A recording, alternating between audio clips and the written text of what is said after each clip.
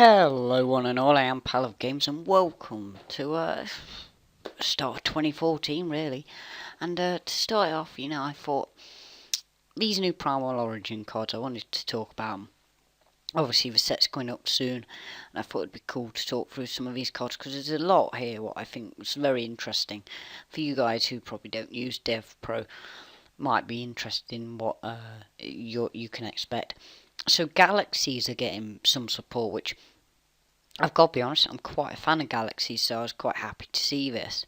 The first card is a 3-star light monster, spellcaster, 800 defense 0. I don't really need to go into that, do I? The effect anyway is gain 500 life points for each galaxy monster in your graveyard. After this card is flipped face up, when it's destroyed and sent to a graveyard, you can special summon one level 4 lower galaxy monster from your deck or graveyard in face down defense. If you do, banish it when it leaves the field. Now I think that's a really nice card because I feel that they lack sort of a card which can sort of bide them time, and this definitely does that. Do I think it's worth playing? Definitely, I think it has a place in decks. In Galaxy decks, I feel that it has a lot of potential, and that secondary effect's really nice as well because it allows you to set up for more plays from that one play, which is really nice.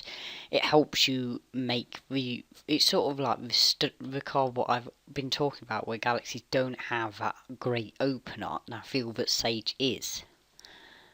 Moving on, we have Tyranno. When a galaxy monster you control is targeted for an attack, you can special summon this card from your hand in face-up defense. When you do, you can XYZ a galaxy monster, XYZ monster using the galaxy monsters you control. I think that's really cool, to be honest. It's sort of, it can catch people off guard and allow for some really cool plays out of the blue. And I feel that I'm going to be definitely trying out this card. I feel that it has a lot of potential, and I cannot wait to try out some of this galaxy stuff. Moving on, Heliosphere, the Supreme Shield Dragon. Yet another card for them, because you may not see it, but his effect means that it's definitely orientated towards them. If you control no other monsters you control, if you control no other monsters and your opponent has 4 or less cards in their hand, your opponent cannot declare an attack. That effect's okay, but the effect I'm more considering is this. Once per turn, if you control a late dragon type monster, you can make this card's level 8. Now, obviously, the magic number is 8 with the galaxies. I feel that this card helps sort of make them plays. Especially if you're running Galaxy Wizards as well, you can really got some fun plays from that. Next up is a new sort of archetype they're coming out with called the Artifacts. Now it seems that they're going to be orientating this to be similar to how the Crystal Beast works. There's not a main difference except that they're automatically set from the hand to begin with, rather than set when they're destroyed. Or not set, but put to the spell and trap card zone. Anyway, it's an interesting idea. I mean, this card has the effect that, special summon this card. If this card is special summoned during your opponent's turn, you can destroy on face-up card your opponent controls. That's interesting, I feel. They're kind of a level 5 archetype at the minute. There's only 2 they've released, as well as an XYZ, but you can expect more to come.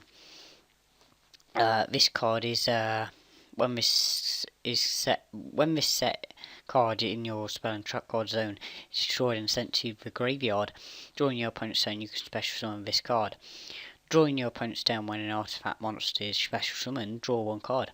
Now that's interesting because I feel that could give them a nice bit of draw power going on there, and it'll be interesting to see how this archetype develops, because obviously there's not enough to go here at the minute to decide on whether it's competitive or not. Obviously it's just an opening salvo. There's probably going to be more in Primal Origin what are artifacts, so you can expect that. Moving on, we've got another Bujin card. It's a Beast Warrior one, so it's not sort of one of their tools, it's more one of their main lineup. The difference with this one is you can special summon it, you can special summon it by banishing a Bujin monster, so it's that's all great for Bujin Carnation. So straight off, it's a great plus. It's a 2000 attack, so it's got a nice attack going for it as well. After this card has been special summoned, if this card you control is destroyed by your opponent's card, either by battle or by card effect, sent to your graveyard, you can discard one card, then your opponent discards one card.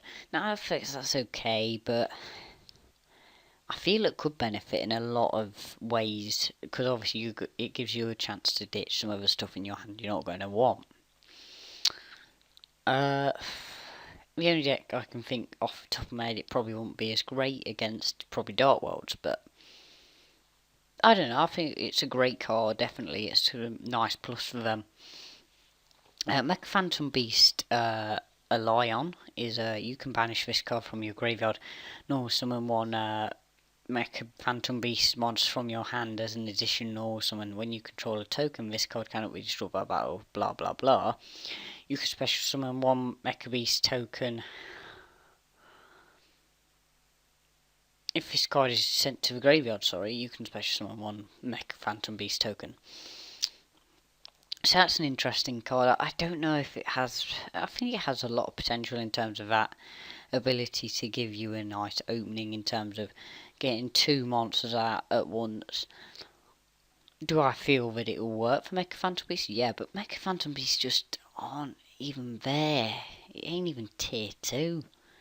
Shocking. They sort of they're Konami's trying to push them, but they're not pushing them hard enough. And I don't know what they could do to actually make them really competitive. Moving on, Hazy Flames are getting yet another card to support them. It's level 6, which is obviously the magic number for them. This card's effect is this card can be targeted by your opponent's card effects. You cannot special summon any monsters except 5 monsters. An XYZ monster that will special summon using this card as an XYZ monster gains the following effect. When this card is XYZ summoned, target one Hazy Flame monster in your graveyard, attach that target to this card. That is a very interesting card, and I quite like that, to be honest. I feel it has a lot of potential within Hazy Flames. Now, I'm not too fond on their synchro, but that doesn't matter so much, because if you put it on, say, Photon Strike Bouncer, or something along them lines, which I would prefer to play in that position, you cause a lot of problems for your opponent. Now, it's weird because it's a dinosaur, so that's a bit iffy, but it has got that magic 200, and that's all what matters for rekindling. Next up is a big card for Madolches. It's Angeli, which is when this card in your possession is destroyed by your opponent's effect and sent to the graveyard, shuffle this card into the deck. Pretty standard. You can treat this card, especially on one Madolche, from your deck. It cannot be destroyed by battle, and shuffle it into the deck during your next turn's end phase. Now, that opens up so many plays for them. You know, you got Melon Gelato. You've just basically, it's their card have been one thing for so long, and I feel that you'll probably see them come back in a big way. I feel Light Swans will probably still rule for quite a while, and it's whether I suppose it's all about speed really, whether Madolches can outspeed Light Swans. I think that's what it's going to be about this format. And Jelly's obviously made quite a priority in terms of people wanting to play them. This is people's interest in Madolches, but I feel Light Swans are going to still be more popular, going to still be the meta, regardless. Here's a card which I'm interested by. I mean, why they keep doing Gustos? Because they've just not got the cards to make them good. It's all about destroying the monsters by battle, and that just doesn't happen much. You can just blow them away, and then before you know it, they can't do anything. Regardless, this card's effect is when this card is normal or special summon, you can target one Wind Tuner monster in your graveyard. Special summon that target and face up defense. Its effects are negated. If you activate this effect, you cannot special summon monsters for the rest of the turn, except wind monsters. Now, I don't know, I don't think they're even getting a look in. But, you know, props to people who, you know, try it out. Might try and find a Gusto deck what's competitive to a reasonable extent, given the fact that they are still Gustos, so they're not great. Moving on, we've got a new Gladiator Beast, but it's like, this is another one of them crazy ones. When this is special summon by the effect of a Gladiator Beast monster, you can special summon one Gladiator Beast from your hand in face-up defense. Shuffle that monster into red during the end phase.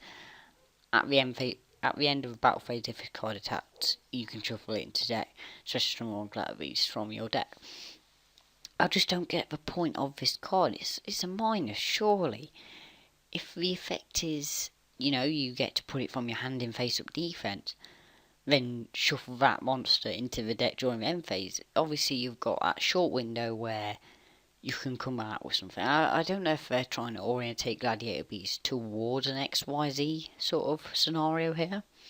That's my initial thoughts on it. I'm thinking, are they going to be trying to bring Gladiator Beast to the XYZ front? Because that would probably, if they did that, Gladiator Beast might come back. It depends, though, because XYZs just don't have synergy with the idea of Gladiator Beast, so it would be interesting to see how that worked.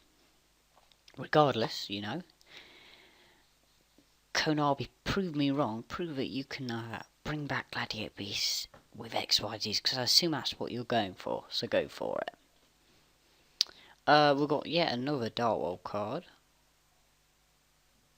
Celt Ogre Lord of Darkworld, which is effect is if this card is discarded to the graveyard by a card effect, especially from this card from the graveyard.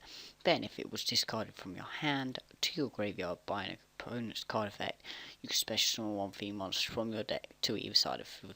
That is amazing for them.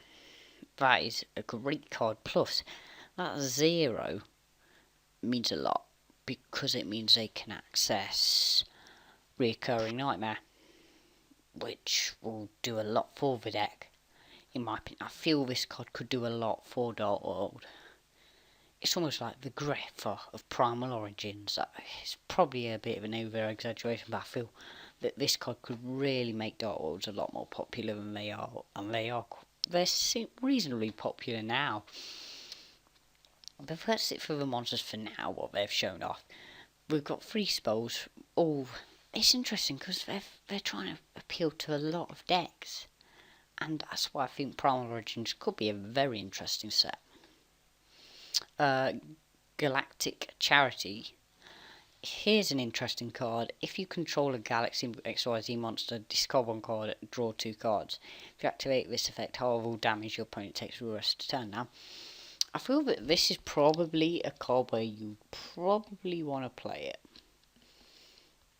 In certain circumstances it works, but in most it doesn't, and it's 2 for 2, so I find it hard to justify this card actually in most ways. It's just, you've got that condition there, on top of that you're halving damage for that turn, and it's a 2 for 2, so I don't know, I can't see the use of it. Regardless, Diamond Core of Kakimiro. So they're bringing back the Kakimiros, which is interesting. This is like their searcher, because its effect is add 1 Kakimiro card from your deck to your hand, except Diamond Core of Kakimiro. You can banish this card from your graveyard. This turn, Kakimiro monsters you control cannot be destroyed. I think that's a really cool card. I don't think it's going to bring Kakimiros back. I mean, you might see some people try to bring them back, but I feel they need more than just this 1 card to do it. This is a good start, but they need a lot more. Moving on to a few other cards. Oh, we have got this monster. I don't even know why that's there. I'll move on to that shortly. I'll go over this. Scrap Factory. This is a card I'm most excited about. There'll be a vid going up pretty soon showing off Scrap Factory. It's a great card for Scraps. I think they lost Redox in a big way, obviously, which for me I thought was, their primal card. But they've gained this. They've gained Scrap Factory. So they could make a comeback. I hope they do. So the effect of this is all scrap monsters gain 200 attack and defense. When a face-up scrap monster is drawn by a card effect and sent to a graveyard, you can special summon 1 scrap monster from your deck. That includes their own effect. So that means you're more or less guaranteed a lot more value off your cards, which is what they needed, to be honest. And I think that's going to help them in a massive way. So I'll quickly recap back to the Light Swarm card. So they're continuing to keep bringing out Light Sworn stuff. This is an interesting card. When this card is sent from your deck to the graveyard by a monster effect, special summon this card from your deck. So it's basically like Wolf, but a little more limited. You contribute this card, then target one monster your opponent controls, destroy that card. So then it's like an exile force. And then it's you then send the top 3 cards of your deck to the graveyard. So it has a lot of viability if you ask me. Plus that 2000 defense is nice. And it's a tuner, which is always an added bonus, I suppose. So let's move on to these traps. So we've got Double Dragon Descent, which is affected when opponent XYZ monster declares a direct attack special on light dragon type XYZ monster from your extra deck in face up attack mode. Then the attacking monster attacks it instead, and you proceed to damage calculation. Your monster's attack becomes equal to its attacker's attack, and its effects are negated. You can only activate one Double Dragon Descent per turn. That's an interesting card, but I feel it can get you in and out of a tight spot. If you've ended up clogged with your 8 stars in your hand and you haven't got a way out, this is a nice way to start. Especially if you've got an Honest to sort of back that card up so it stays around for a bit. That is a great way to be able to just shield off for a bit. Much like I said, you know, it's a nice opening card, which they've got 2 now, which is great. And then they also receive this, which is Tachyon Chaos Trap Hole, which is affected when a Galaxy XYZ monster you control is destroyed by battle, or by, not battle, by your opponent's card effect. Yeah, it is by battle or by attack with an attacking monster, or by card effect, which I thought it was, and sent to the graveyard. Destroy all face-up cards your opponent controls, min 1, and if you do, banish the destroyed cards, which is really nice. I think that's great. So in essence, what it is like, it's like an overpowered Mirror Force in a way. Obviously your monster will still be destroyed, but this can do a lot in terms of wiping the board once you've lost your monster. Which means you can then re-establish board control again on your turn and bring back settle for another play into another level 8. And it's very possible with Galaxies, to be honest, to do that. And they're obviously getting more support to be able to make more fast-paced, more level 8s, really. And I'll be sure to try and make the best of the new stuff to try and show them off. Also, on top of that, you can banish this card from your graveyard and then target one Galaxy XYZ monster in your graveyard, special summon that, which is great. So on top of all that, once you've board wiped, potentially, a lot of their stuff, you can then bring it back. Which is like, whoa, how overpowered is that? Obviously, it's a big if you can get the initial monster out to begin with, because that's what you need to do to set it off. But if you manage to get it out quick enough, I feel this card's definitely worth playing. And finally, it's one of the artifact cards. Special one artifact ones from your deck. You can only activate one philosophy of the artifacts per turn. You cannot conduct your battle phase the turn you activate this card. If this card in your possession is destroyed by your opponent's card, you can target one card on the field, destroy that card. So that's interesting. I mean, obviously we need to see what else they decide to release for the artifacts, but it's a good start. I'm intrigued by them. I feel they might be an interesting archetype. Moving on to the XYZs they're bringing out yet another Galaxy Eyes card. Galaxy Eyes Prime Photon Dragon, which is another rank 8. It requires 2 level 8s. If this card attacks or is attacked during damage calculation or either player's turn, you can detach one XYZ material from this card. Once per battle, this card gains attack equal to the combined ranks of all face-up XYZ monsters currently on the field times 200, during that damage calculation only.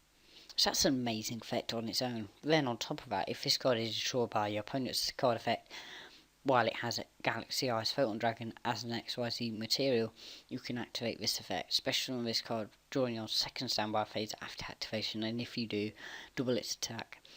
If this card does not have a Galaxy Ice Photon Dragon as an XYZ material, any back damage your opponent takes from attacks involving this card is halved or double its attack.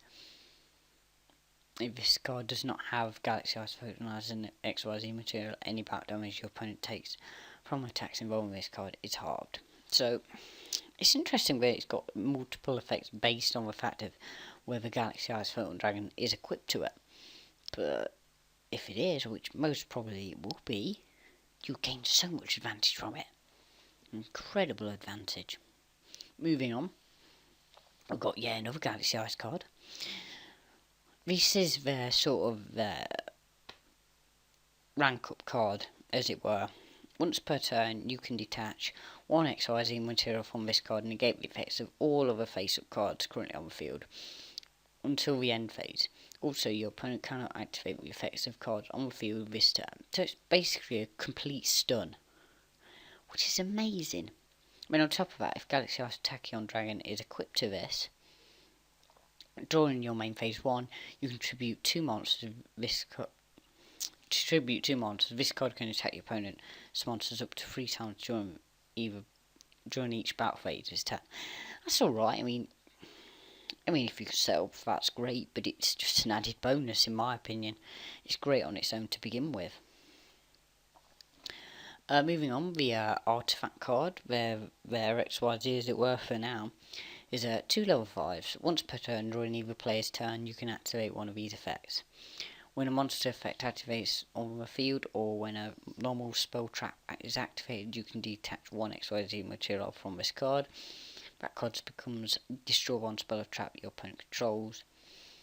You can detach one XYZ material from this card. Both players shuffle their entire hands into the deck, and each player draws the same number of cards they shuffled. So mainly you're going to be using this effect, the main effect, because you're going to be trying to set them up to destroy your cards. That's basically what you're going to be trying to do, so that you gain their effects. That's how I imagine the archetype to be. Be interesting to see how they expand on this, but regardless. Moving on, we've got yet a new Bujin XYZ. We're just getting clustered with them. There's so many Bujin stuff, crazy. Once per turn during either player's turn, you can detach one XYZ material from this card, apply one of these effects depending on whose turn it is. Your turn, target one of your banished level 4 or lower monsters, special on that target. Your opponent's turn, target one of your banished level 4 or lower monsters, add that target to your hand. That's interesting. Once again, that multi-option of it depends on whose turn it is. Now this card is the one that I'm really interested in, which is Burner Visor, which is 2 level 4s, and it's once per turn you can either target one face-up XYZ monster you control, equip this card to that target, or unequip this card and special summon it in face-up attack position. The equipped monster can attack your opponent directly. When the equipped monster inflicts battle damage to your opponent, you can discard one card, inflict 500 damage to your opponent. I feel this could be really interesting to see if anyone could really take advantage of it, because I feel that you could easily do that with a heavily attack based monster, which, when you think about it, you don't need much to be able to deal a crazy amount of damage and potentially a one hit kill. It's very awkward to say you've got Burner Visor and it out, but you know, it's nice to have that option of being able to get that surprise win out. It's sort of like Cowboy, that's just surprise out of nowhere. Oh, I've lost. Didn't expect that one. So that sort of rhymes up Primal Origins for now. There'll be Duel of Days coming. Hearthstone will be continuing for now, and welcome to 2014, the year of the pug. That's Pella Games, by the way. So yeah, thanks for watching everyone. Like if you leave a like, let me know your thoughts on the set so far in the comments below. And yeah, let's get a discussion going. And other than that, thanks for watching and goodbye.